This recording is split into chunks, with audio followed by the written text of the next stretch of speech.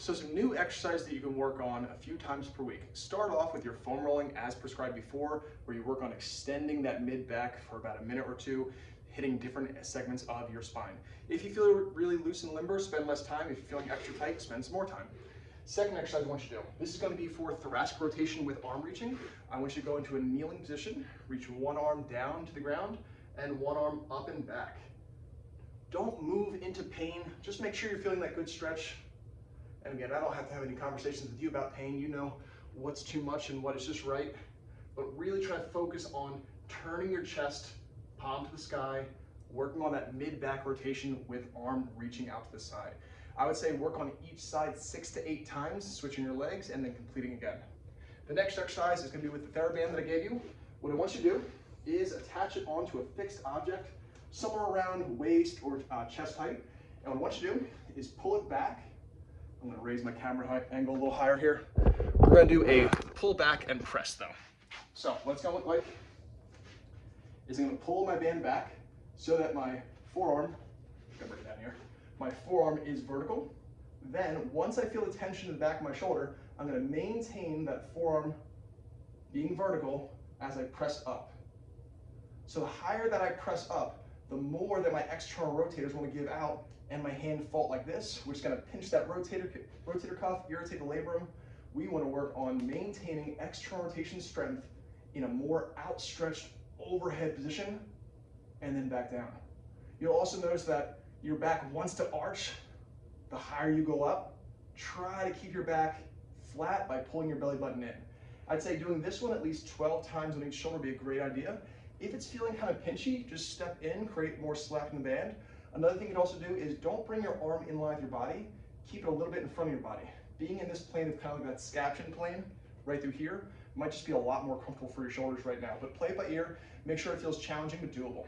Next exercise with the band is going to be band over and back.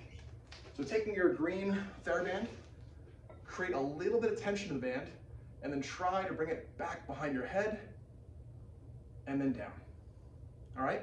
10 or 12 times like that. So a little bit of tension in the band, maintain the same tension in the band the entire time as you work into that overhead, back behind you position and down. That position is really challenging for the labrum to be in that outstretched position. It's reflective of the mechanism of injury, so just be careful with that one. Think 10 or 12 times, slowly under control. Don't move into too much discomfort. Really should feel like a stretch, should be challenging, but should be doable the entire time. Okay, next thing we're gonna do, for your dumbbell flies and Ys, for your bent over flies out to the side, just remember to keep your arms slightly below shoulder level, right? The upper arm should get about in line with your torso. A little past is fantastic as long as it's not painful. So standing bent over flies, I want you to try to do this with 3-pound weights if you can for 2 rounds of 8 to 10.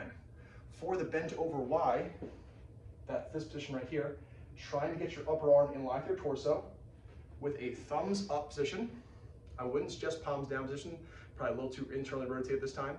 So thumbs up position, bent over, nice and slow and controlled with 2-pound weights for 8 to 10 reps would be fantastic as well. All right. Next, we're going to work on the downward dog. We talked about this before, and you did it really nicely in the clinic. Just make sure when you're doing your downward dog, spread those shoulder blades apart, lift up your knees, maintain the shoulder blades being spread apart the entire time as you move into that overhead position and then down slow. So the shoulder blades are being spread apart the entire time. You can rest when you're down here, but once you start your rep, keep those shoulder blades spread, belly button drawn in the entire time as you work into downward dog and down. Once your knees down, then you can rest and relax. Okay, next one is going to be our plank plus. I'm going to lower my camera for this last one. And this is a great one for the serratus anterior, those upward rotators of the scapula.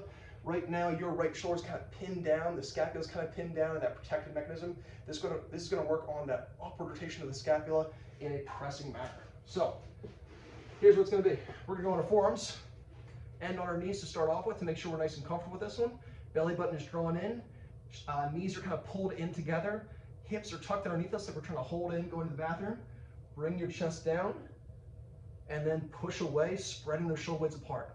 If that feels easy, like there's really no problem, no discomfort, it just feels like you can do a million, then go up onto knees coming up into a full plank position as you work on this protraction push-up plus.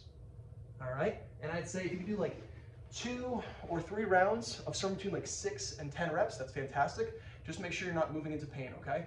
Really make sure you're pushing those shoulder blades apart the entire time, and that does about it. I would say work on this program at least 3 times a week if you can.